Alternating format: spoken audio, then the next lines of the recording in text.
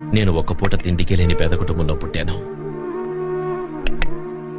ఆకలితో ఉండి పక్కింట్లో అన్నం వండుతున్న వాసన వస్తూ ఉంటే అది పీల్చుకుని కడుపు నింపుకునేవాణ్ణి. ఎవరైనా ఒక్క పూట అన్నం పెడతారా అని ఒక్కొక్క గుమ్మ ముందు వెళ్లి నిలబడేవాణ్ణి.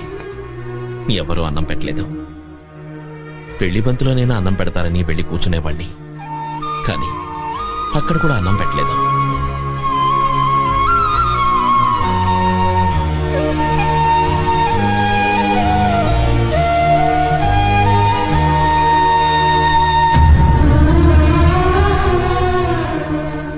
అప్పుడు నన్ను ఆదరించింది ఈ రాగి ముద్దే.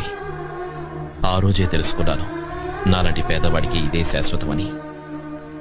నువ్వన్నట్టు బంగారు పళ్లెంలో పంచభక్ష ప్రమాణాలు తినచ్చు, కాని అదంతా డబ్బున్నంత వరకే. అందుకే డబ్బు ఉన్నా లేకపోయినా ఎప్పుడూ ఒకేలా ఉండాలని నిర్ణయించుకున్నాను.